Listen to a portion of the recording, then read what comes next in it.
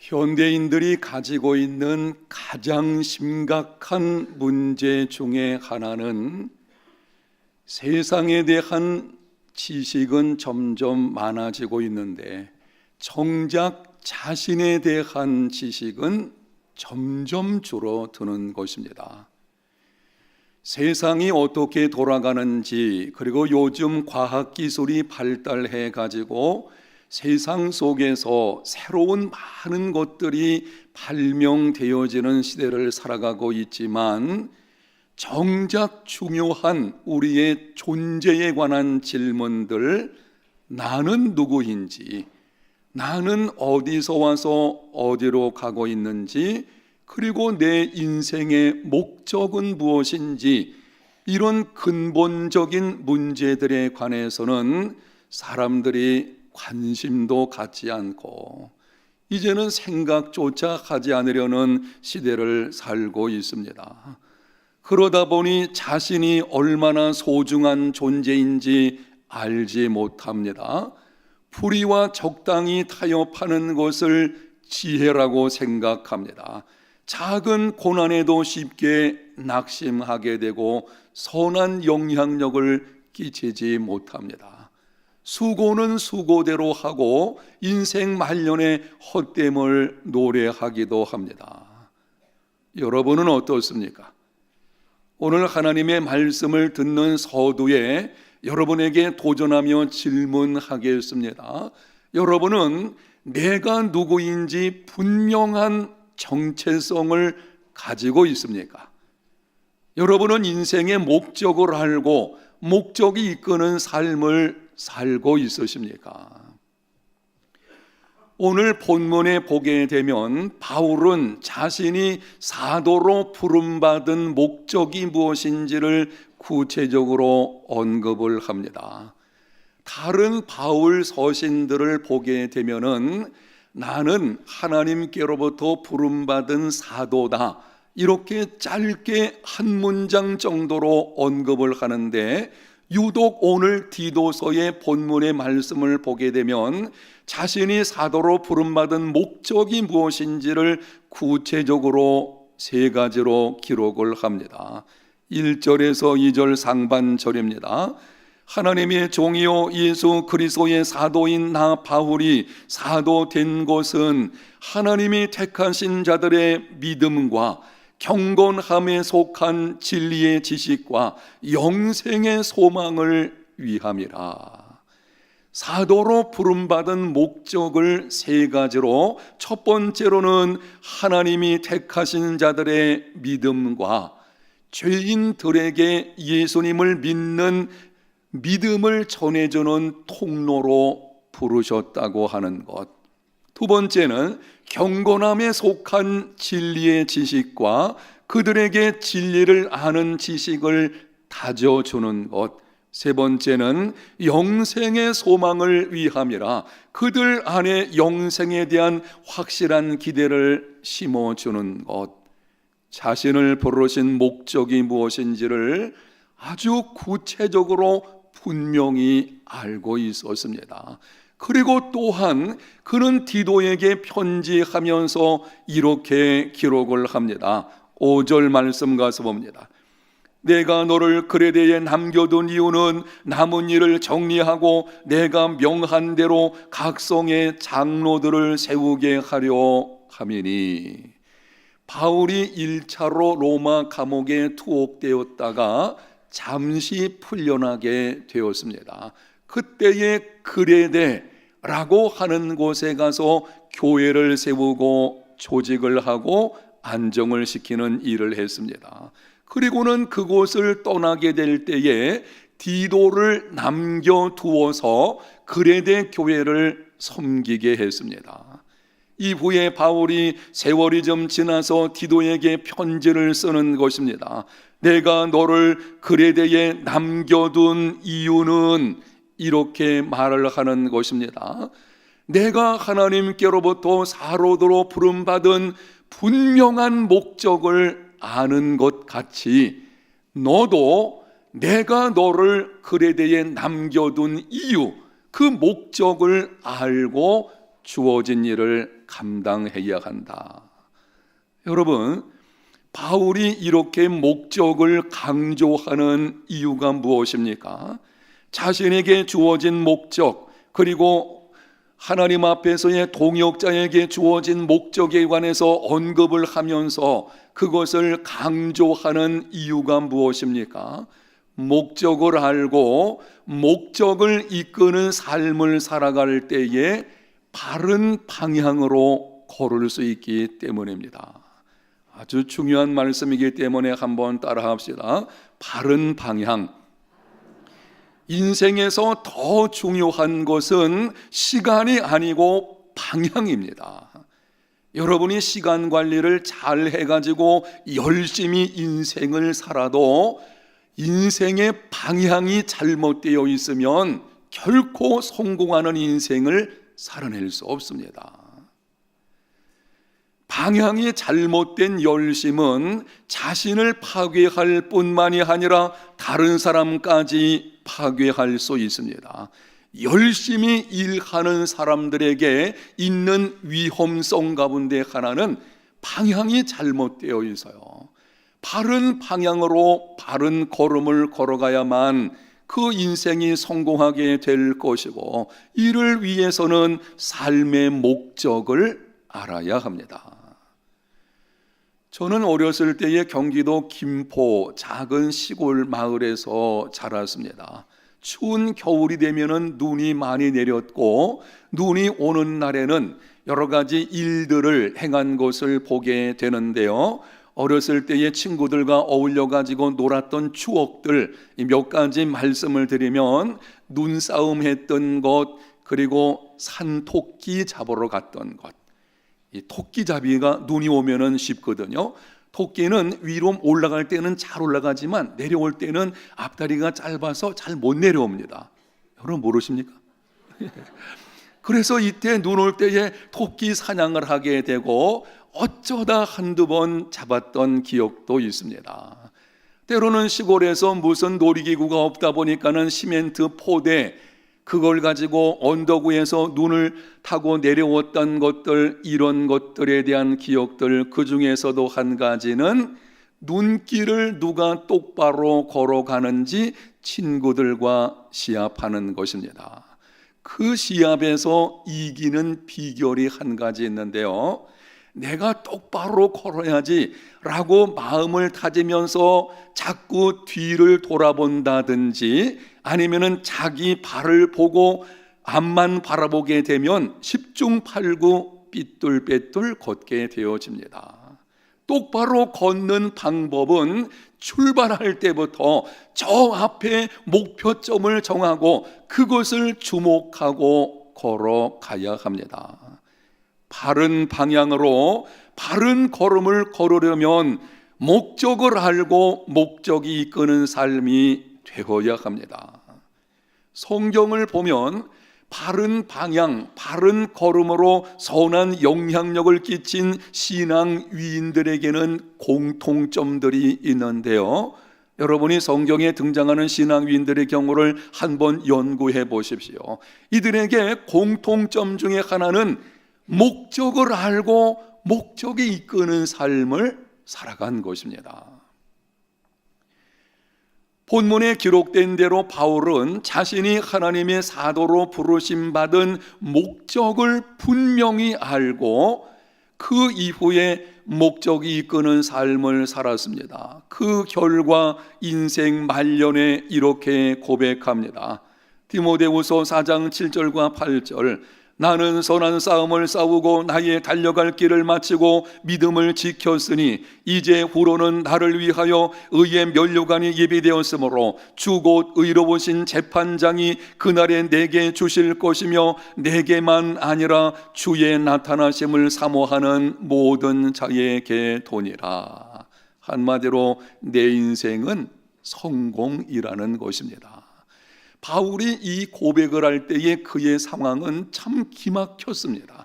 인생 말년, 노년의 바울의 경우에는 오랜 세월 동안 애써서 세운 교회, 수많은 환난과 핍박을 겪으면서 세웠던 많은 교회들 안에 이단이 들어와 가지고는 엉뚱한 모습을 보이는 진리를 떠나는 일들이 비일비재했습니다.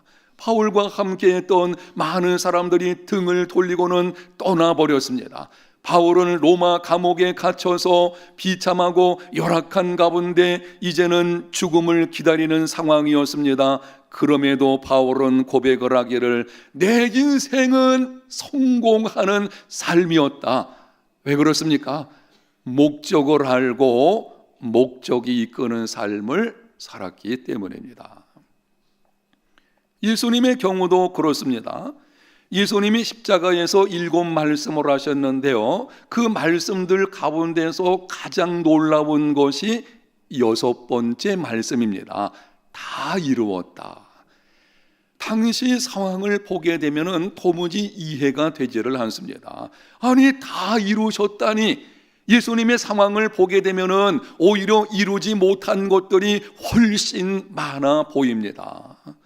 아직까지도 그 땅에 하나님을 떠나 있는 사람들이 너무나 많이 있었고요, 예수님을 따르는 사람들, 예수님을 믿어서 구원받은 사람들 소수에 불과했습니다. 더군다나 예수님께서 3년 동안 훈련시킨 제자들마저도 십자가 달리게 되니 도망을 쳐버렸습니다.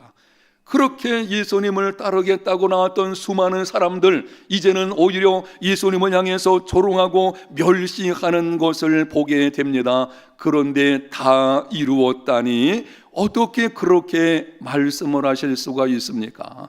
그 이유를 요한복음 17장 4절에 말씀합니다.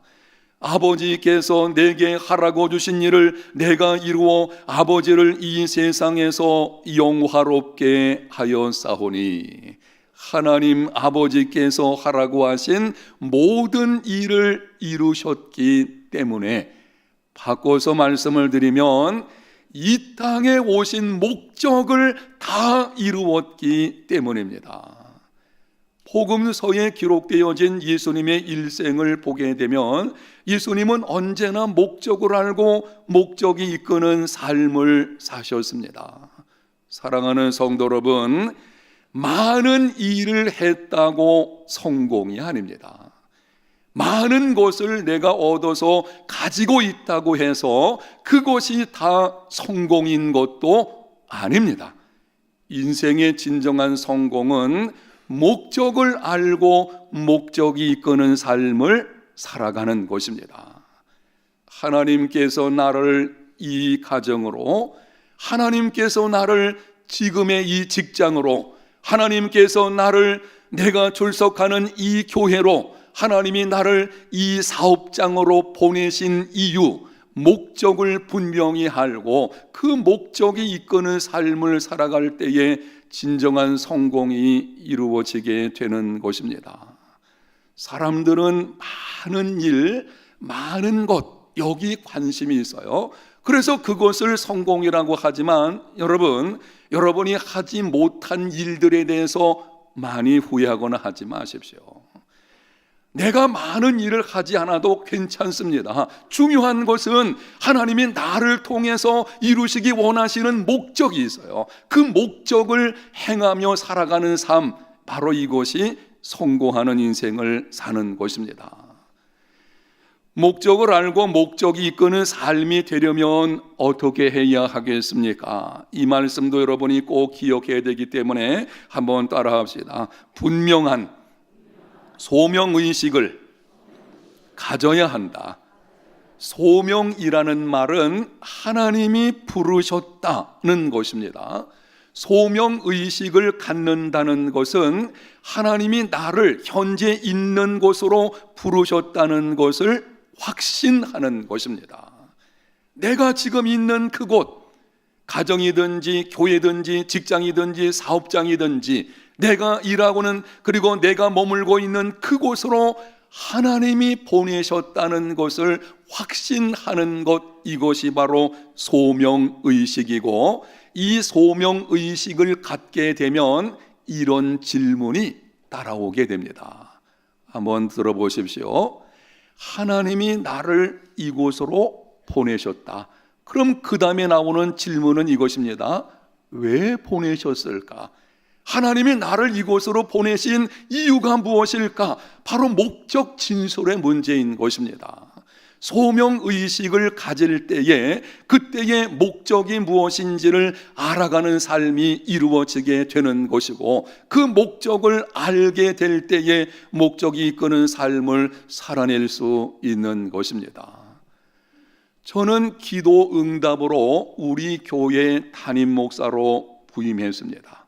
해운대 제일교회라고 하는 것을 특별히 놓고 기도한 것은 아니었지만, 제가 하여튼 여러 가지 상황 속에서 하나님 앞에 기도하였고 기도 응답으로 우리 교회 담임 목사로 부임했기 때문에 처음부터 분명한 소명에 대한 확신이 있어서요.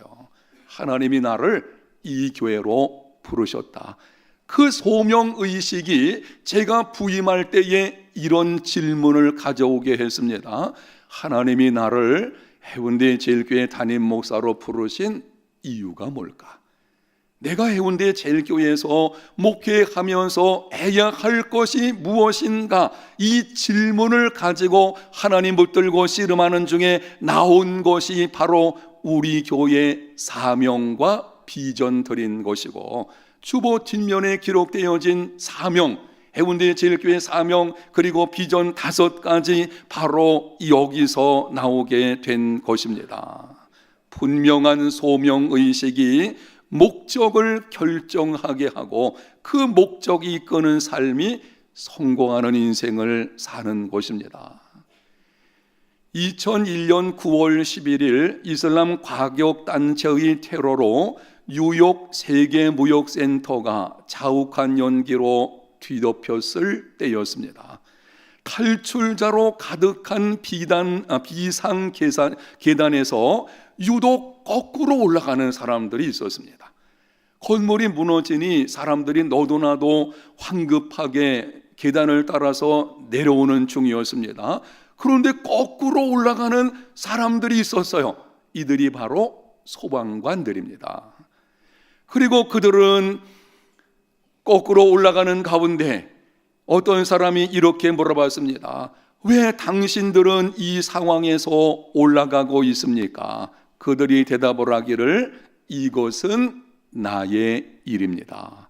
그리고는 화염 속으로 사라졌습니다. 9.11 사태 때 순직한 소방관이 347명이나 된다고 합니다. 이것이 소명의식을 가지고 있는 사람들의 모습인 것입니다. 내게 주어진 일, 하나님이 나를 이곳으로 보내셨고 그리고 하나님이 나를 이 일을 하라고 하신 그 분명한 목적을 알고 있는 사람, 이 사람에게 중요한 것은 사느냐 죽느냐의 문제가 아니에요. 이 사람에게 중요한 것은 얻느냐 잃어버리냐의 문제가 아닙니다. 이 사람에게 중요한 것은 하나님이 나를 통해서 이루시기 원하시는 분명한 목적이 있는 것이고 그 목적이 이끄는 삶을 살아가는 것입니다. 그리고 이것이 참된 인생의 성공인 줄로 믿습니다. 사랑하는 여러분, 교회 일만이 하나님의 일이 아닙니다. 하나님은 언약의 하나님이시며 창조주 하나님이십니다. 세상의 모든 영역, 정치, 경제, 예술, 문화, 그리고 가정이나 교회나 나라와 민족과 모든 영역의 절대 주권이 하나님께 달려 있습니다. 죄와 관련된 일이 아니라면 세상에 있는 모든 일들이 하나님의 일인 줄로 믿습니다.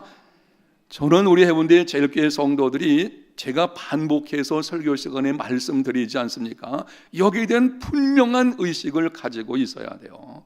교회 안에서만 좋은 교회는 하면 안 되죠. 정말 세상 속에서 그리스도인다운 삶을 살아가야 되는데 여기에 밑받침되는 게 뭔가 하면 지금 내가 하고 있는 이 일이 하나님의 일이라는 것입니다.